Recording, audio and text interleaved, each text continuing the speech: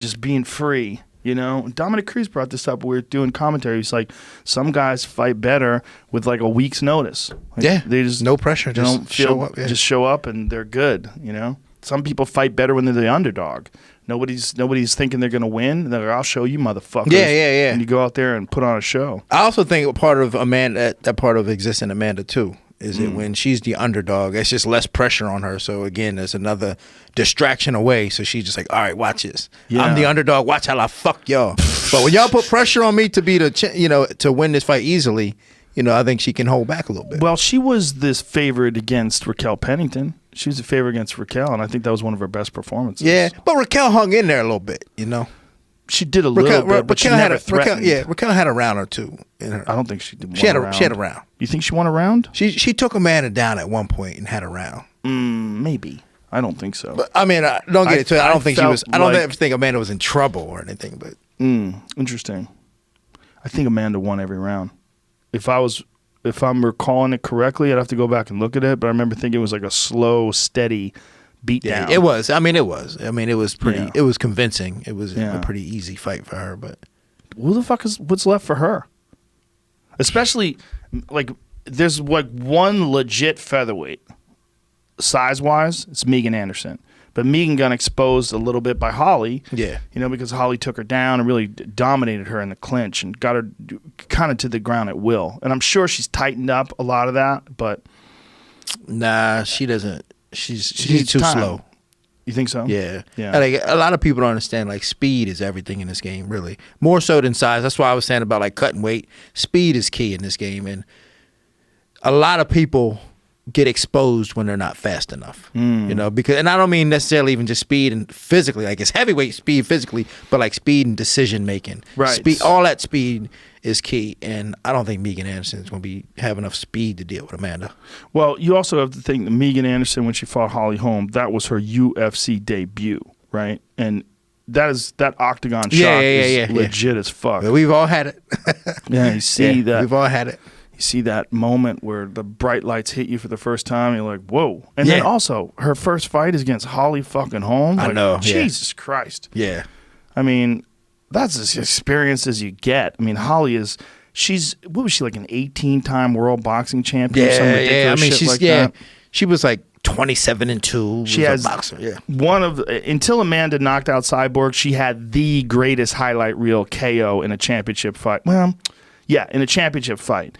Because I think that Jessica Andrade, when she knocked out Karolina Kowalkiewicz, that was a bigger knockout than Holly Holm. Right. It was like not bigger. It was right up there. Yeah, it was right up there. But Amanda just took the fucking cake. It was like, she's like, it's hold mine, my beer. She's like, you think you saw the best women's MMA KO ever? Hold my beer. Yeah. Because it's who she did it to. I know. It's everything. And she did it that to even someone. surprised. I mean, I ain't gonna lie, man. I was surprised. As much as I love Amanda, I hold her dear to my heart. I was even surprised. Dude, she throws bricks. I know. You know what she's like? She's like a bowling ball on the end of a rope. Yep. Boom, boom, boom. But have you ever spent time aroran her and hung out with her? A little bit out at the fights when she's not fighting, backstage, very friendly. But this is what I'm saying. Like a lot of fighters are like, they can have kind of aggressive personalities. Yeah. I mean, she's nothing like that. Right. I mean, she likes to sit at home. Like she's got Instagram pictures, like she's cutting the grass in flip-flops. I mean, she's just so carefree, and she likes to play with her dogs in the backyard. Well, I was upset when she was fighting Ronda that all the promos were about Ronda coming back. Yeah, that pissed her off. I said before when Ronda was about to fight Holly Holm, I said that I disagreed with that fight. I said I really think Amanda Nunes is the most dangerous challenge for Ronda. I said because Amanda has a Brazilian Jiu-Jitsu black belt, and her hands are what's really scary.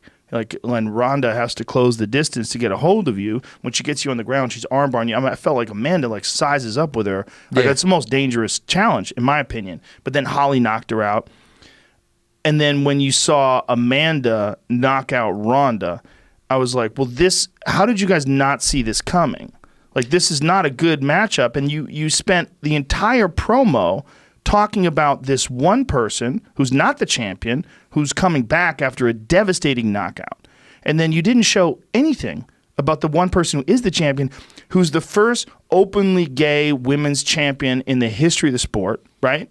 She's the first gay UFC champion. Yep.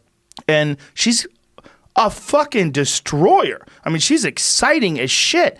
And all you're showing is Ronda pacing around her mansion, Ronda getting excited about this fight and thinking, I'm going to go out there. I'm like, Jesus Christ. And then backstage, here was what was crazy. I was listening to these agents talk because Ronda's fights, one of the things that was interesting about it was she was such a force, such a cult of personality that she had all these agents and shit around. Like all these, it was all agentified backstage. So I hear these guys talking and they're like, one agent dork is talking to the other agent dork and he goes, who's Ronda fighting? And I'm paraphrasing, but his basically said, I don't know who she is, but she's a victim. I don't know who it is. Let's call her victim. So they really thought they had no idea what was going to happen? They had no idea. I mean, look, that's what they were hoping. They were hoping that Ronda wins because she's this gigantic superstar. Like if Ronda comes back, beats Amanda Nunes, wins the title back, rematches Holly Holm, beats Holly Holm, yes, she's back. But instead she gets murked in 48 seconds. I mean, Amanda just put it on her. And I was saying to them afterwards, this is what I was telling you. Like, how the fuck are you not promoting her? Like, what she just did. If you put equal time promoting her, now you got a new star in your hands. Instead, the story is Ronda Rousey got smashed. The story's not Amanda Nunes smashed That's where they really Rousey. dropped the ball. Yes. Even afterwards, they didn't pick it up with Amanda. Yes. Yeah, I agree. But it's crazy to me. It's crazy to me to think that they thought that this was going to be Ronda's comeback to stardom. And I sent you the breakdown. I sent that to you. I don't know if you saw it, but because I scout all Amanda's opponents and I do the breakdown. I come up with strategies for her. And after scouting Ronda, I said, this is going to be an easy fight for you. And I told her that. Yeah. I said, this is going to be easy. And it turned out to be easy. And it just surprises me that they thought that this was going to be the come out party for Ronda. I didn't talk to Dana about it. I told Dana before I thought it was a terrible matchup for Ronda, but that was before the Holly Holm fight. No, she got this. Well, he was saying I don't know. He thought that I was saying that that Ronda was going to beat Holly. I'm like, well, I'm not saying that's easy either. That's a tough fight too. Yeah. But the thing about Amanda is punching power. Holly's not known for her punching power. No. She's known for her speed, her kicks, her timing, her technique, her toughness. Yeah. She's known for all her athleticism, endurance, physical strength. Yeah. She's known for all those things. She's not known just to go in there and blast girls. Yeah. Like Amanda blasts people. She puts them into another dimension. She's different in that respect. But they didn't concentrate on that at all. I'm like, how are you not concentrating on this destroyer that Ronda's about to face?